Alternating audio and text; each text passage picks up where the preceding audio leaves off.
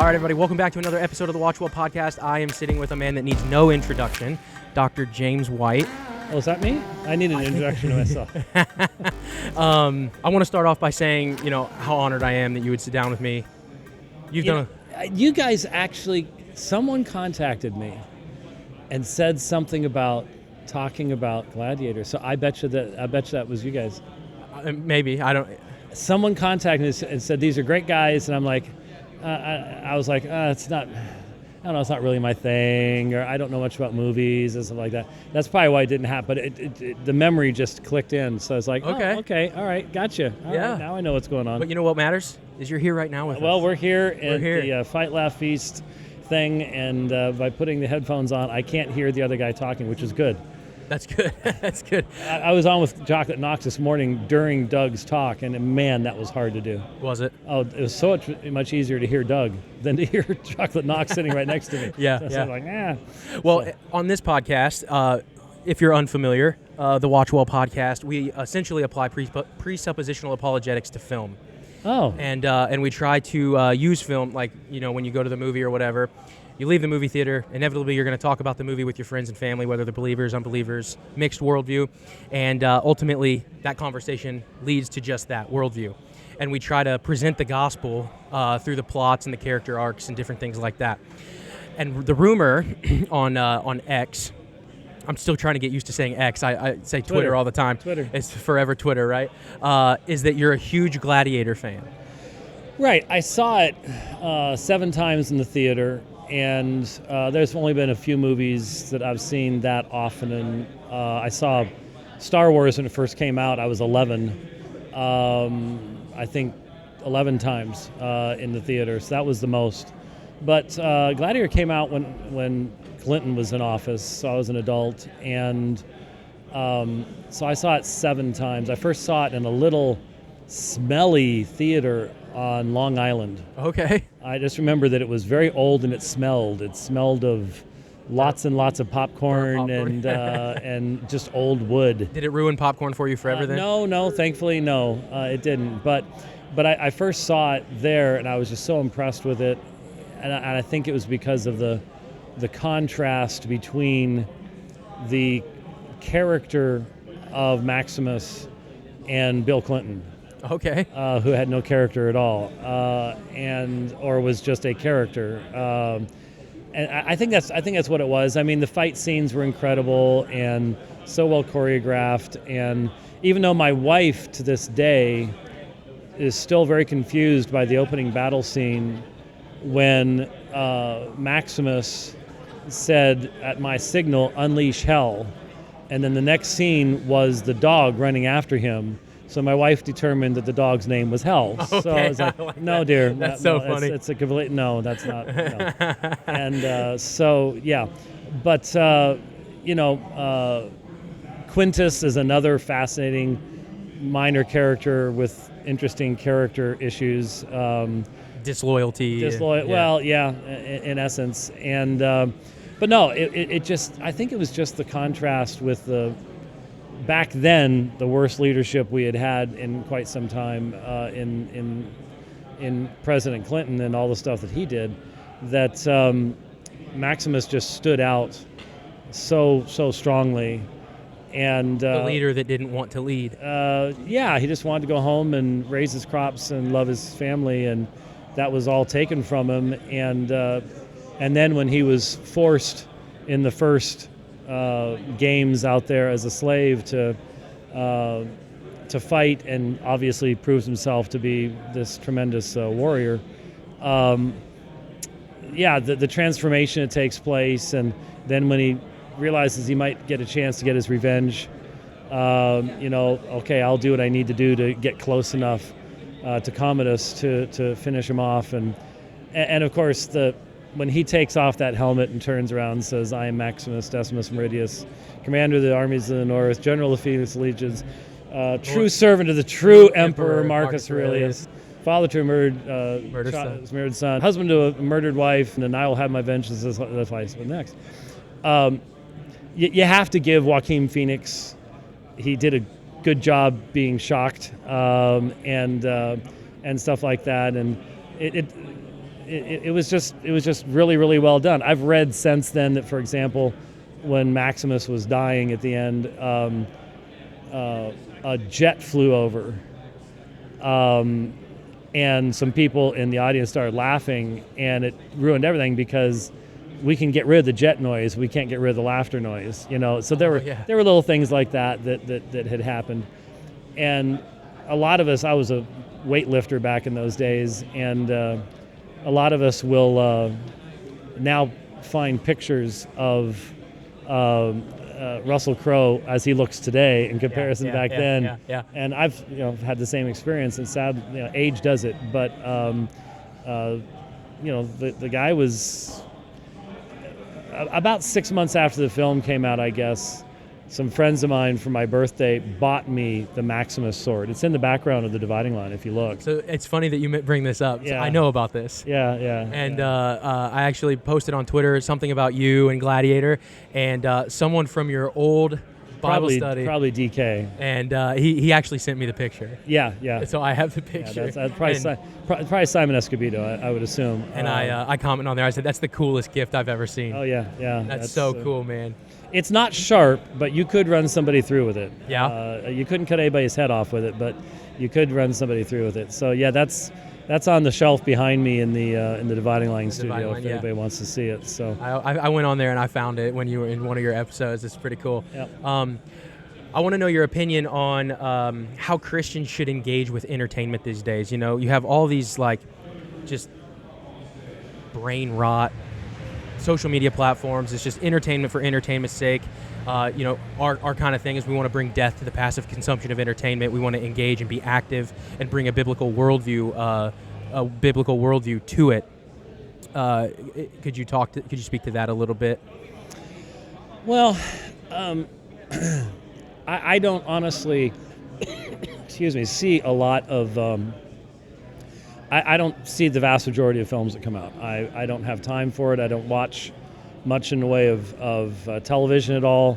Besides that, my wife watches all the cooking shows, and so there's no time for watching anything else, even if I had time to. So that's what happens when you get in the old folks' home. Is the wife's watching, holiday cook-off episode 472, and that's about all that happens.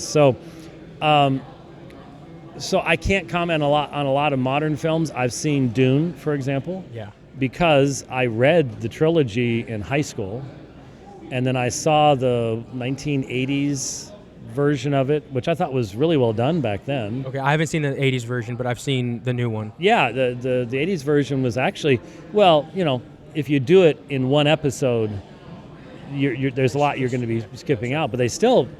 I thought, having read the books myself, I was like, it's really well done, very enjoyable. It is interesting to see the changes they're making in Dune from the books that do represent somewhat.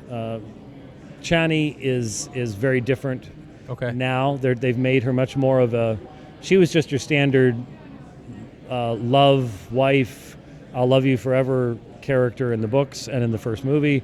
Now she's got a very strong character and is pushing back against Paul and his acceptance of his role and all the rest of it. So they're making changes, and you could argue they're making changes to make her more of a female, like a feminism type thing and things like that. Yeah, it's possible, but it's hard not to realize. There wasn't as much in the 1980s film, but man, they're just making the Fremen are just Muslims. I mean, it's just straight up. Pretty Islam. obvious. I mean, they're doing the hand stuff and it's just Islam all over the place. So you do wonder a little bit about that. That wouldn't have been a part of Frank Herbert's initial vision. And the relationship between Dune and Star Wars is pretty close, right? Somebody stole something in terms of the intellectual... That I don't know. I think I heard something about that. That I don't know. There was some... Star Wars was stolen, the story at least, and then modified or something like that. I heard something like that. Got no idea. Not going on there. I don't read any of that stuff. I don't know. But as far as just a Christian view of Hollywood hates us. They do. And they're going to do everything they can to corrupt everything that's good, honest, true, honest, just, pure. Think on these things. So the real question for Christians is, can we, in light of the biblical command, "I will put nothing worthless before my eyes," that's a pretty high standard. Yeah. And if our entertainment fundamentally keeps us from concentrating on what is true, honest, just, lovely, pure, of good report, these types of things, then yeah, it is something that will detract from our discipleship to Christ.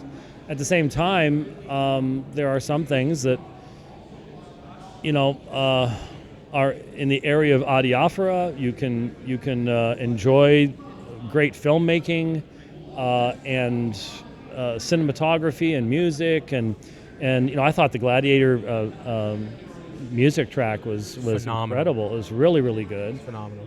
The Dune It's soundtrack. So good. I mean, that movie is just art on. I mean, it is. It's beautiful on screen. It's shot so well. Somebody really knew what they were doing.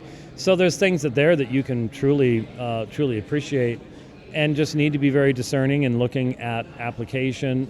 But there are just some films you just need to stay away from. Well, what's the Marvel one? Deadpool.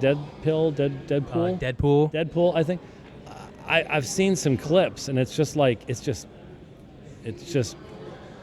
comedy filth, just all the time. And I don't even know how you go. Well, I can find a way to find a picture of Peter in this. It's like no, it's meant to titillate and to be vile and to just be disgusting. So why even go there, type of a thing. So obviously people are going to come to different decisions on that. I mean, I was raised independent fundamentalist Baptist. You didn't go to movies. You didn't swim in the same pool as a female. You certainly never danced, never touched, never chewed, never smoked, never drank. All the things that we figured defined us as being godly. You've got that end of things, and then you've got other folks that just will expose themselves to everything, and they just don't even give it a second thought. And there needs to be a balance that can be found in. And that's we preface a lot of our episodes where we review a movie, but we're not really endorsing everyone to watch it, and people need to follow their own convictions pretty obviously closely, so that they're not in sin or anything like that. But yeah, let's see. So ever had Owen Strand on to talk about Tombstone? No, I haven't. He is a huge Tombstone fan. Yeah? Huge Tombstone fan. I bet you he could talk about everything about Tombstone and Wyatt Earp and the whole 9 yards. Yeah, I think that would be. Which is another movie. Wyatt Earp. Oh, the whole 9 yards. Oh, the whole. Okay, yeah, that's true. See, I haven't even seen that. You're quoting movies and you don't even know. That's true. That's true. No, there are some really famous films that I've never seen. I only saw. What was the Used Lions? What was it? That had those two really well-known actors in it. It was a really great story. Secondhand Lions. Oh, that's a great, yeah. Now I'm going to think. Michael Caine. Right. And Michael Caine and the other guy. The other guy. Yes. Go ahead. Yeah, anyways, I hadn't seen it. I saw it I finally saw it recently. Bought it and watched it while I was riding in my house, and it was great. It was so much fun, and it's like innocent, yeah. It's very innocent and had really good, had a good moral character to it and stuff. But I hadn't seen it, and I've never seen A Field of Dreams.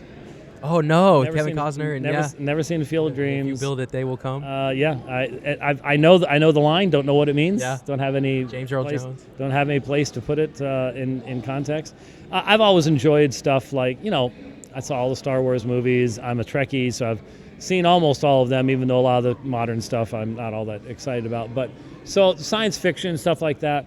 But stuff like old movies like The Guns of Navarone, man, that was World War II stuff, PT-109, Midway, Midway, that was a good one. Did you The 80s Midway I Oh, okay. preferred to the modern one because it was so CGI. Yeah. I mean, they've got planes getting blown out of the sky every little bit, and there were only 15 planes in a group from a carrier. So if 10 of them have blown up, you got nobody left to do it. So that one was a little bit. We actually talked to Keith Foskey about Superman 78. We did that movie with Keith, and we brought that up in the episode where there's something raw about lack of CGI, where they actually made the movie, right, and you can feel it. It's like when you watch it, you can feel that grit to bring it about. With CGI, I'm sure the skill and the directors and the computer guys, the engineers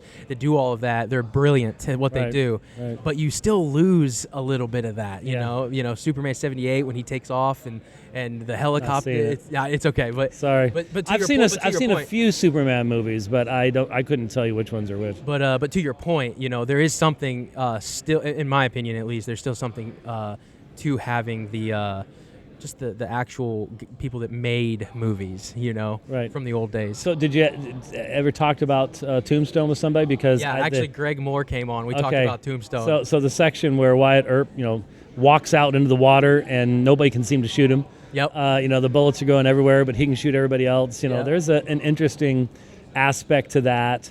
And the death of Doc Holliday. Yep. He looks down, his feet are uncovered, and yep. That's funny. Yeah, it's funny. And then he's gone. The big thing we got out of Tombstone was Curly Bill, the character Curly Bill, and we talk about. Oh yeah.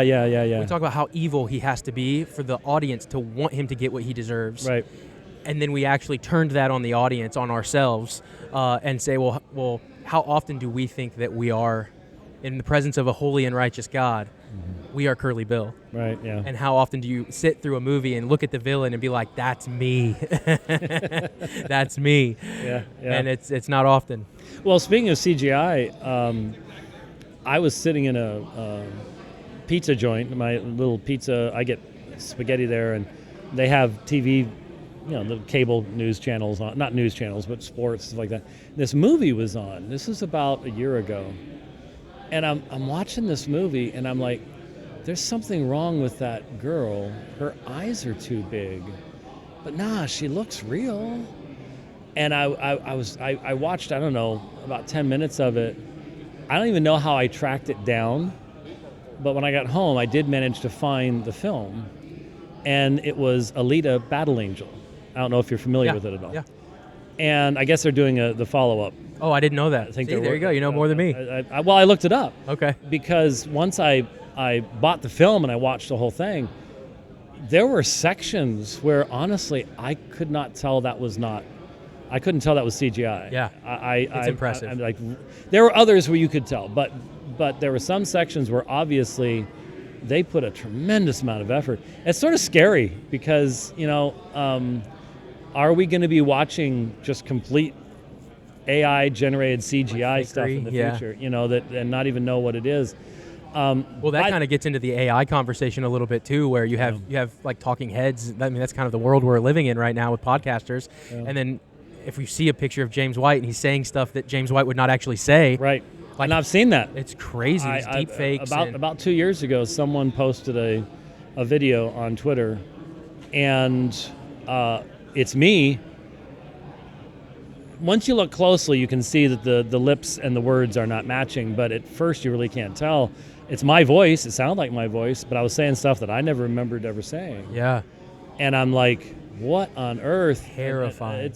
Yeah, because once they get the video version perfected, what are you going to do? How can you even deal with something like that? But yeah, it was interesting to me to. Yeah. Go ahead and hit off. Go ahead. Sure. Yeah. Andrew Rappaport, everybody. And it ended up. I ended up really liking that film. By the way, Alita Battle. Yeah. I just really enjoyed I don't know what it was about it, but the action scenes and the cinematography are like super really amazing. Well done, and I just liked the idea of. Well, they need to do more in the future because I know it's based on a Japanese anime cartoon stuff, which I can't even begin to follow. But they need to do more because she's 300 years old. What has she been doing up in that city for 300 years? That they just now found her body down, and what's going on, but the whole the battling and stuff when she's learning who she is and her memories coming back and all the rest of that stuff. I just thought it was really really well done, and most people haven't heard of it, but I was sort of like, I want to see what they do with the follow-up. They may sink it and destroy it and make it terrible and horrible. But another one was Soldier. Oh, I haven't seen that one. With Kurt Russell? Soldier no, I don't think I've seen that one yet. Oh, you're kidding. This was back in Russell's heyday, so I don't know if it was probably late 80s, early 90s. He was in really great shape. And they train these soldiers from children, so they're sort of brainwashed and stuff like that. And then they come up with a new generation that's faster and stuff, and they try to get rid of the old ones. And it's Kurt Russell at his best, really. Okay. I mean, he doesn't say much. That was probably the fewest lines he ever had to memorize. He was doing more stunts than he was fighting and stuff like that. But I thought and at the end it was really touching because they had basically removed his humanity to make him a soldier, but they actually couldn't get rid of it. And a little kid was what brought it back to him. Oh, that's such a cool idea. So I thought you could do something with worldview stuff on something like that. You really could. Awesome. Yeah. I'll have to look up Soldier. I will. I'll say James White recommended Soldier. Yeah. And we'll review it. Yeah, that should be fun. Awesome. Well, thanks so much for sitting down with me. All right, I really appreciate your time. All right, thanks. All right, guys. We'll see you in the next one.